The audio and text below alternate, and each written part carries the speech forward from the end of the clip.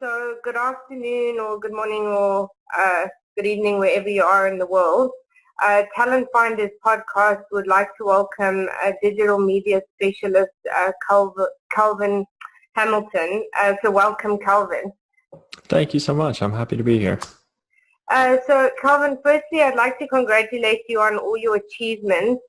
You have done amazingly well for someone so young as a digital media specialist. Can you please share with us a little more about yourself and how you got to where you are today? Yeah, so for context, for those of you that are listening that may not be familiar with myself or my background, I'm 20 years old now, from Phoenix, Arizona, and I got started in digital media / marketing at a pretty young age. I actually started in an industry called the multi-channel network industry when I was in about 8th grade maybe.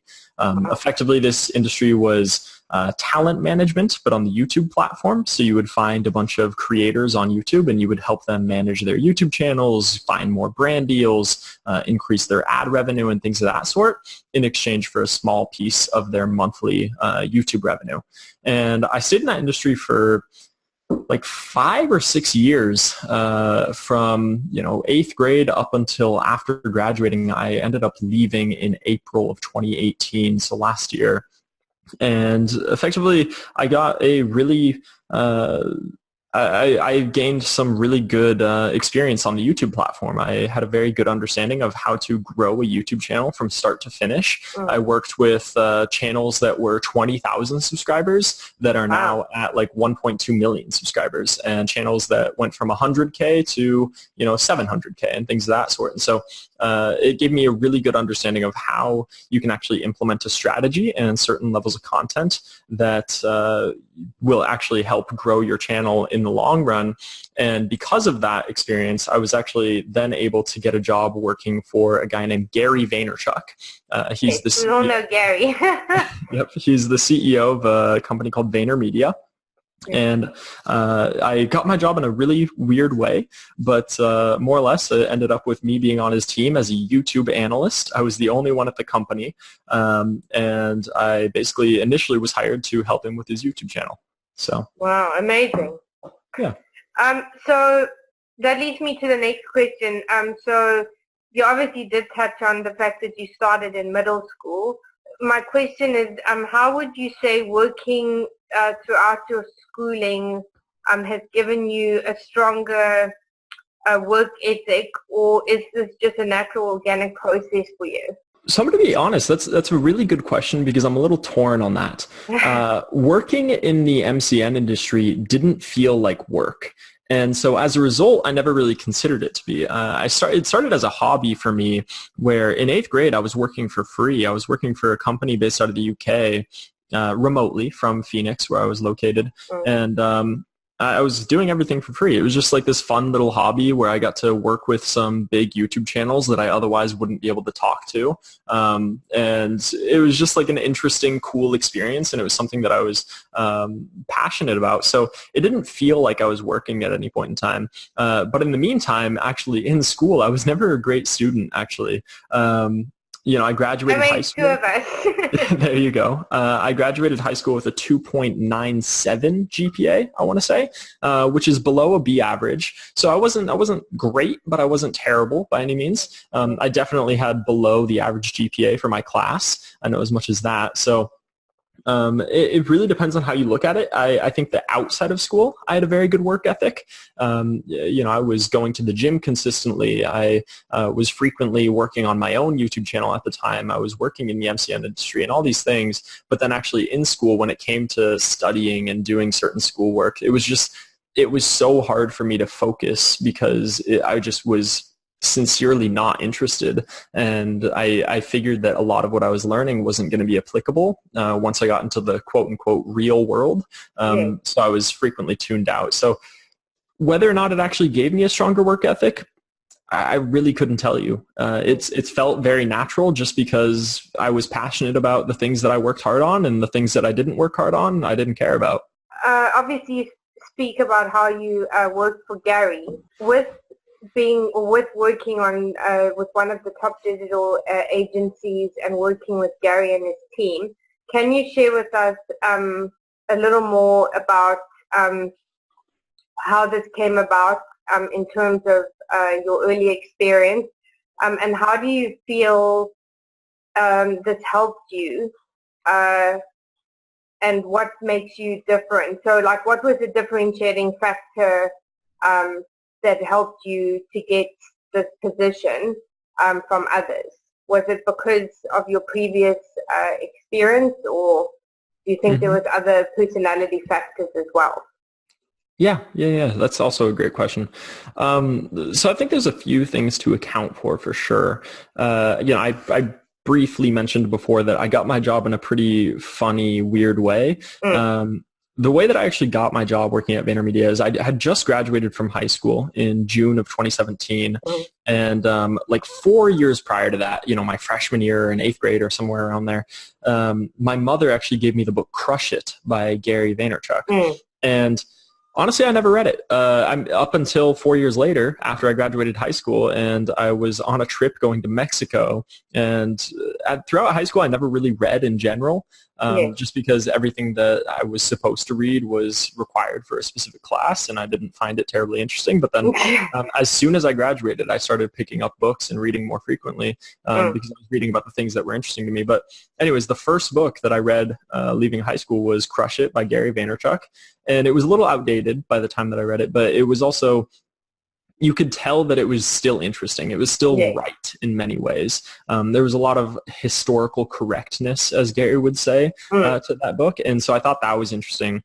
And as a result, I ended up following Gary on Twitter and YouTube and Instagram and a bunch of different platforms just to kind of see what he was up to. I thought he was a really interesting guy. I thought I could learn a lot from him. And one day on Twitter, over that summer after I graduated, he tweeted out saying something along the lines of, "Hey, I really need help on YouTube. Please email me." And it was very brief. It was a little vague, and I didn't fully understand it, but I figured, okay, he probably wants to hire someone to help him with his YouTube channel. So initially when I saw that tweet, I didn't even bother replying, only because he didn't actually list his email, and I figured that there was no way that he would actually pay attention to a reply from an 18-year-old that just graduated high school. But then, I kid you not, it must have been an hour or two later, he screenshotted that tweet and posted it in his Instagram stories, but this time he actually included his email in the story. And so I kind of sat there to myself and I thought, you know what, the worst case scenario is that he doesn't reply or he just blatantly says no. And so I figured I'll shoot my shot. I'll see what happens. And the irony is I was never a huge Gary Vee fan. I really liked Gary and I thought he was a really interesting guy, but I wasn't a Gary maniac per se. So I ended up sending him an email. I tried to be as straightforward as I could. From what I had gathered about him, he was a very aggressive, in-your-face person. So at the top of my email in bold font, I said something along the lines of like, "Hey Gary, my name is Calvin Hamilton. I'm a big fan, and I would love to be your, YouTube analyst," or something of that sort. And then under that in bold font, I wrote, "I know my shit, : and then I went into talking about my experience. And I figured that would be a good way to get his attention because he seemed like the type of personality that would be receptive to that. Otherwise, I've never been that in your face or that aggressive, especially with emails. But it did get his attention. I actually got a reply back the next morning. I had a couple of calls with people from his team, including Andy Kranek and an employee that's actually no longer at VaynerMedia named Eric Kastner. And then after that, I was offered a job to work at VaynerMedia as a resident, which is kind of like a fancy term for an intern. Exactly. And so I was paid $15 an hour to work there. And the day that I actually received that offer was the same day that my college tuition was due if I was going to end up going to university. So that night I sat down at the dinner table with my parents and I was like, "Hey guys, I have a big decision to make." And they gave me an ultimatum. They said, "If you go to New York, you're on your own. But if you go to university, we'll pay for everything," which was a very generous offer, obviously, especially in the U.S. where tuition is it's very expensive. Of course. And so I took a shot. I figured the worst case scenario is I can always go to university later if it doesn't pan out well. So I ended up moving to New York and worked as a resident for $15 an hour with no overtime at VaynerMedia. But yeah, that's how that all came to be. Then with regards to other things that differentiated me, I do think that because I was 18 at the time, well, just turned 18, that they could hire me for slightly cheaper. Typically, I think Team Gary kind of has this almost reputation where you're not going to get paid a whole lot, but on the flip side, you end up learning a ton. Yes. So I think that was a big differentiator. Amazing. So what would you say some of your biggest lessons and learnings have been in your career, and what have some of your biggest career highlights been so far? Biggest lessons and learnings in my career and then biggest highlights. Wow. So biggest lessons, if you're talking about the technical stuff, I mean, I learned almost every technical aspect of social media and strategy and things of that sort while at VaynerMedia. I knew YouTube really well going into VaynerMedia, and I still feel like I know it extremely well. Yeah. To the contrary, the other platforms were pretty foreign to me. You know, I had a Twitter and I had an Instagram, but I by no means could I ever say like, wow, I understand these platforms well enough to, you know, sell it as a service or anything of that sort. But going to VaynerMedia and then being on Team Gary, I was effectively thrown at everything. So from a technical standpoint, you know, I learned Facebook ads, I learned LinkedIn, I learned Facebook, I learned, you know, Gary's first in line text messaging program. There was nothing that I hadn't really done by the time I left. And then if you're talking lessons more so from a conceptual standpoint and less technical, I would say that things usually feel like they're moving much slower than they actually are in the day-to-day. I feel like it happens to me frequently where I'm like, you know, man, things feel like they're really not moving as quickly as I would like them to. And then, you know, even a month later, I look back at it and I'm like, oh my God, I did so much in that time. That's definitely a big one. Gary's like patience rule, I suppose that is. No, exactly. Yeah. And then career highlights, definitely getting my job for Gary. I would even say that leaving my job for Gary, you know, even though VaynerMedia was a great place to work and I learned a ton, and Gary was a great guy to work for, leaving VaynerMedia was almost liberating in a sense because it was me really going off and doing my own thing. I felt like I experienced that once when I decided not to go to university and instead I went to New York to work for him. And then like doing it for the second time was leaving VaynerMedia, starting my own company, and I actually just started a new company as well. So those would probably be the highlights I'd associate with it. Amazing. So you worked with some big accounts at Vayner. What would you say, having worked for one of the best agencies, helped you to go on your own, and was starting and co-founding a company something you always wanted to do? And was this a natural transition for you or not part of the bigger plan?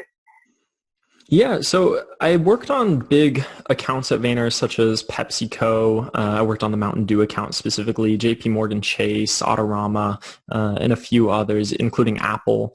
And you know, one thing that I will admit is that on the typical agency side, things actually move much slower than they would on Team Gary. So there was a big difference in terms of the speed and the execution at which things took place.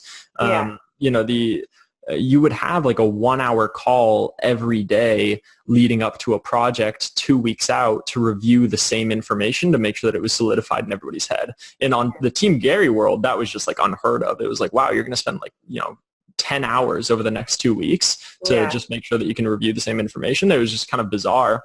But that was one thing that was kind of shocking to me. And whether or not that helped me transition better into starting and co-founding a company, a little bit. You know, it was nice to get an idea of how Vayner worked with such big clients. And it helped me get some perspective on, you know, what I could do in the future if I wanted to work into the same position where I'm working with big brands. To the contrary, I felt like it all was pretty, it just kind of was common sense in a way. Whereas it made sense how things went. You know, you have your contractual obligations. You put everything in a deck to make it as consumable as possible. You have calls where you review things, and, you know, bigger clients are usually more conservative with, you know, certain plans that might require more effort or that are newer because it's not the tried and true method. But then, lastly, to answer that, with regards to was going off on my own and starting or co-founding a company, always part of the plan, I'd say absolutely. I went to VaynerMedia with the idea that this is almost like a good alternative to university. This is a good way for me to learn as much as possible, so that I can then go on and do my own thing. I think that was already like part of the plan ever since like high school. Really, I even started a small company in high school called XRUs, which was in that MCN, multi-channel network industry, and that did fairly well as well. But I would say that the passion to create and then to run something has always been there. So, even while at Vayner, that was still the case. No, absolutely. So I just want to touch on, so after you left or you co-founded Iris, Rose and Co. Earlier this year, and now you've moved on to another project called Aspire. Is that correct? Mm-hmm. Yes. So do you want to share more about that? Because obviously that's what you're currently involved with, right? Yeah, of course. When I left VaynerMedia, which was at the beginning of March 2019, I co-founded a company called Iris Rose & Co., as you said, with my business partner, Iris Chen, who is actually a former videographer for Gary. She and I created the company. Initially, it was set out to be a female-centric personal branding agency. We were going to work to give women in business, STEM, politics, and arts a bigger voice within their respective industries through creating content on social. It was kind of like from this underlying belief that, generally speaking, in most societal systems, women are kind of pushed to the side in many ways. You obviously there have been those headlines from like the New York Times that'll be like, there are more Fortune 500 CEOs named James and John than there are female CEOs, which is just absurd to think about, right? Yeah, exactly. Especially in the current economic or in our current climate. I mean, exactly. It would have changed, but it feels like this is a long past due to be in that position. So I kind of pitched Iris on the idea of starting this agency because I didn't feel comfortable creating that on my own. I figured that a young white guy probably shouldn't be the face of a female-centric agency. It probably doesn't make a whole lot of sense. And she said yes, absolutely. So she kind of acted as the CEO. But a few weeks after creating the company, the executive decision was made, I should say, to pivot from that original view and social mission. So I did lose a little bit of my passion for the company during that time, and I slowly started to peel away while trying to scale the company. But then by, early to late August, I ended up getting into a position where I felt very comfortable, like, okay, this is my time to step away. Yeah. And then at the beginning of July, kind of during that transition period, I created a new company called Aspire IV with my business partner, Marvin Sanhinas, who's a young entrepreneur from Switzerland. And he and I basically went back into the personal branding space. We're doing it with a more data-centric approach. So we're kind of conducting a lot of psychographic research on different demographics to help our clients build like proper communication strategies so that they can best reach their target audience with the most ideal message in a way that will resonate with them.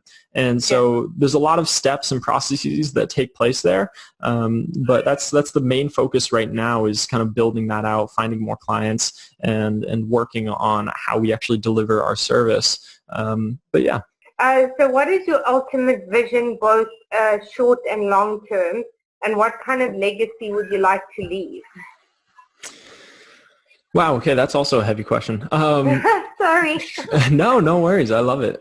Short term, I would say that the big focus is just working on Aspire and then trying to create something great. We want to do a really good job by our clients and by the company. And what I mean by that is we want to scale. We want to get employees in-house. And in doing so, we want to make sure that our company culture is healthy and happy. If I've learned anything about typical agencies in general, is that turnover is actually pretty high in the agency world as a whole. And so as a result, I want to try to avoid that to the best of my ability. by building a company that would keep its employees happy. And then, obviously, as part of that, we want to make sure that our clients are happy. The clients are the ones that are effectively fueling the business. Yeah. And so we want to do the best that we can by those guys. And I really feel confident with the work that we're doing right now in the psychographic space specifically, because that's almost like our secret weapon, is being able to build a communication strategy from data that most people aren't even going to be able to touch. So that's definitely the short term, and short term meaning like, the 1 to 5 year maybe window. If we're talking long term, I'd love to get back into the nonprofit space. Throughout high school, I interned at a company based in Arizona called SeedSpot. It was an incubator for social entrepreneurs. So any entrepreneur with a business or business idea even that had a positive social impact on the community, whether that's locally or globally, whatever the context is, could go to SeedSpot and, find mentors, funding, office space, and all these great things. And so I worked at SeedSpot for basically throughout all of high school. I did an internship every summer there. And I loved that. I really loved being in the nonprofit sector. And so that is probably something that I'll really look into getting back into. With regards to what exactly, I'm not entirely sure, but I'm still trying to put that together in my head. Okay, no, that's amazing. So how important do you feel or how important do you believe being a mentor or having a mentor is for you? This one's tricky for me, actually. Being a mentor, I think you should only be a mentor after you really know what you're talking about, right? Yes, sure. And so that's the thing. I can't really say that I am a mentor in many ways. I'm sure that I've almost mentored people in a sense. It's a little confusing. Like I've taught people some things, but it's not like I have such a breadth of knowledge that, I can just pour that onto people and make them into something great.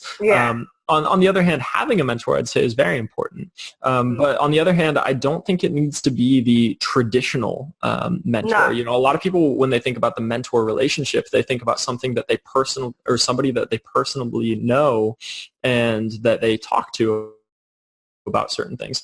I honestly think that, I could consider Tim Ferriss a mentor. Do I know Tim Ferriss? No. Have I ever met Tim Ferriss? No. But based off of the amount of content that I've consumed from him, he's played a significant role in how I do a lot of things. Same thing with Alex Icon. I got lucky enough to have a call with him recently and got to chat, but aside from that, he's somebody that I paid attention to for like 6 years prior. And he was very much so a mentor. And, Gary falls in that category as well.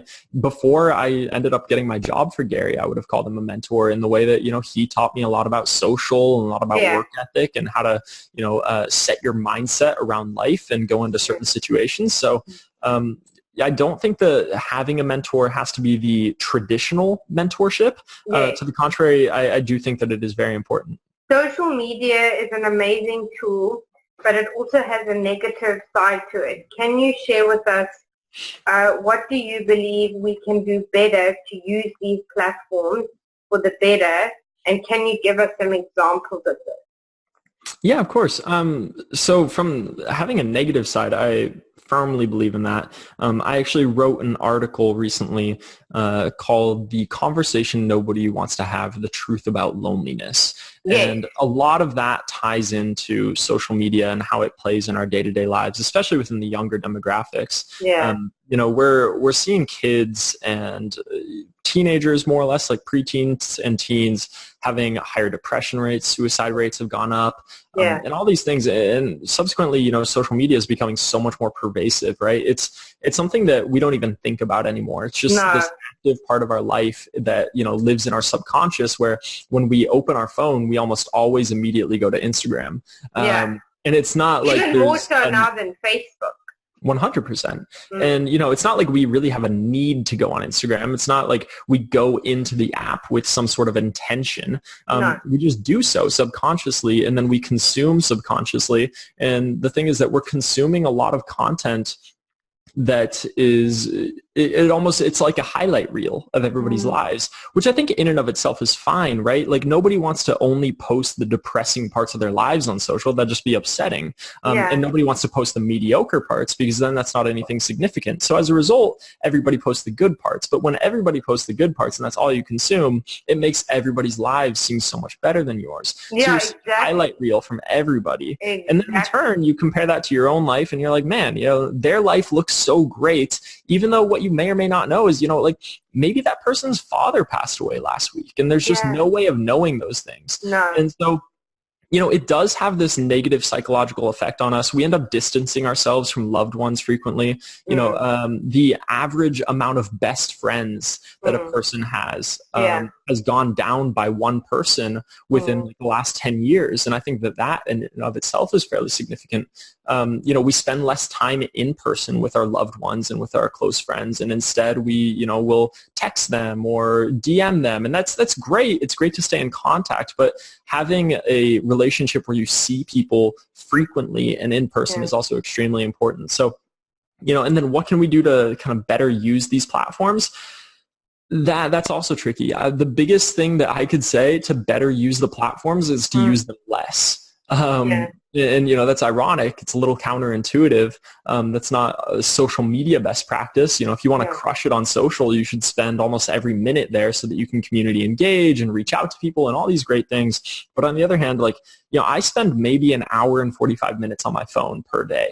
And I try to keep it low. And the reason why is because I just don't think that anything I'll consume on Instagram or Twitter or Facebook or any of these platforms will be significant enough for me to really care or change my behavior. Yes, there is some positivity there. If you follow Gary on Instagram, you're going to get positive messages and feedback, and it's great. It can help your mindset. To the contrary, if that's all you do, if every day you just kind of go on Gary's Instagram and consume content, there's only so much good that's going to do for you. Eventually, you have to put your phone down, stop using it as much, and then actually just live your life. Pay attention to the people around you and and actually start doing the work, because I think these things are also a distraction for a lot of people, because it's easy to go to conferences and attend courses, but if nobody is implementing, 100%. It makes no difference. So that leads me to the next question. Stepping out of corporate into a founding position, how was that process for you? And do you believe you are a natural leader, or was this a challenge for you? So out of corporate and into a founding position, that has felt pretty natural, only because I had the intention of wanting to create my own company kind of from the start. But then to act as a leader, that can be tricky for me at times. I'm a very independent person.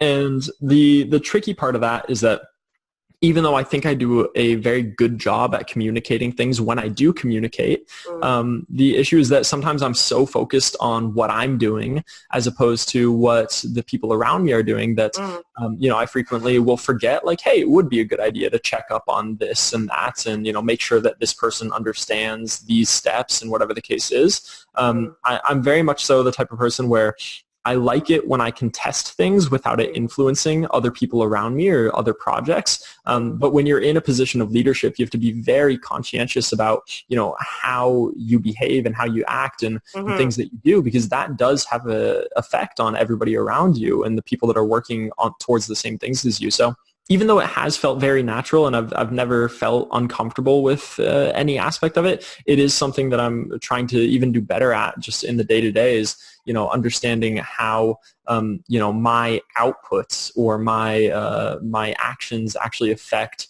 other things and other inputs, which then have their own outputs and things of that sort. And then this leads me to the last two questions. Leadership is a hot topic right now, or should I say the lack of it.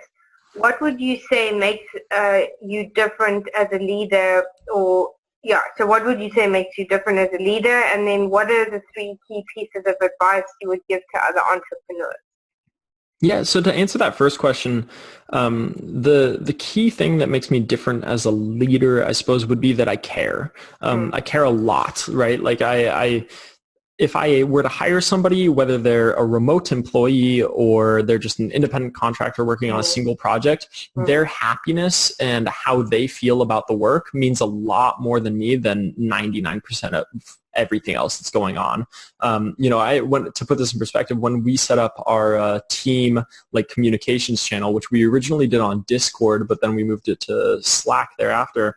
The biggest thing that I put on like our announcements board was like, if you're unhappy doing the tasks that you're doing right now, just tell me. Tell me if it's because of the pay. Tell me if it's because of the amount of time that it takes. Tell me if it's just the task itself, because I want to make things work any way that I can. And, truth be told, like at the end of the day, the business is a business, right? And so like if there's somebody that says, hey, I don't like what I'm doing, but you can't really plug them into something else, then sometimes there are going to be ultimatums where you say, cool, you can stay and continue here, and we can try to test new things and work something out. Or it might be better if you, try to find a job elsewhere to work on other projects.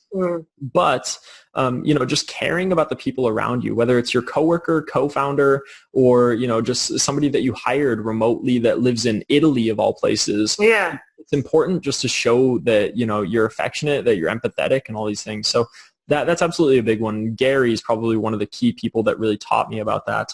Yeah, absolutely. And then on the 3 key pieces of advice that I would give to another entrepreneur, I would say that the biggest ones that I've learned, especially, would be that consistency matters more than about anything. Being consistent and doing a good job and with like a sense of urgency, those things kind of all go hand in hand, right? If a client reaches out to you, or if something arises, right, and you get it done immediately, and that is always the way that you go about it, and you're consistent in doing so, that will pay dividends for the rest of your life. Outside of that, you have to be very patient. That's something that Gary preaches super frequently, but I believe in it. I think that things move very slow in a day-to-day life right now. I'm literally, after this podcast, I'm going to map out what I want to do for the rest of this week. And when I look at my weekly tasks, sometimes it doesn't sound super significant. It's like, okay, get on a call with this potential client, get a new contract for this person, do this article, do da-da-da-da-da. And it's all like these little bits of, bigger projects that never really feel that significant in and of themselves. But when you remind yourself of the big picture, which usually happens retrospectively, there's always like this retrospective clarity that comes to working on big projects where it's like, wow, you got so much done in a short period of time because you took small actions on a day-to-day basis or even on a weekly basis that then made something so much greater. So understanding that things are going to feel very slow day to day, but then that they build up and that there's momentum is a big thing. And then the third one I'd say is to take care of yourself. Sleep is extremely important. I think the one thing where I would kind of like not even butt heads with Gary on, because Gary would 100% agree with me here. But at the same time, I feel like a lot of people don't know this, is that, sleeping at least 7 to 9 hours a night is extremely important for your well-being and health. A lot of people perceive Gary to be the type of person where he says you only need 6 hours of sleep so you can still, work your ass off and do X, Y, and Z. And, while there is some truth to that, I think that promoting the message of 6 hours of sleep is pretty harmful. And the worst part about it is that it's a very toxic cycle as well. The sleepier you get over a long period of time, if I decided that I'm going to sleep for 4 hours every night this month, the irony is that the first week I would feel very tired. The second week I would feel less tired. The third week I would feel even less tired. And then by the fourth week, it would almost feel pretty natural. And what a lot of people think is that, oh, it's just your body adjusting and that you're actually getting used to it and you can actually continue to operate. That's not entirely true. What ends up happening is that we get so sleep deprived that our body doesn't actually understand the fact that we need as much sleep as we do anymore. And so then you're actually operating under peak performance, but you think that it's your normal performance because it feels more natural. And so that gets really tricky in and of itself. And then outside of that, eat well, exercise at least 3 to 5 times a week if you can. There's a lot of those small things where, it sounds like people may be like, oh yeah, sure. I know I need to take care of myself, but at the same time, the business is so much more important. It's like, look, the business isn't going to go anywhere if you don't go somewhere. Yeah, If you die tomorrow because of poor health, then the business is done too. Like, yeah.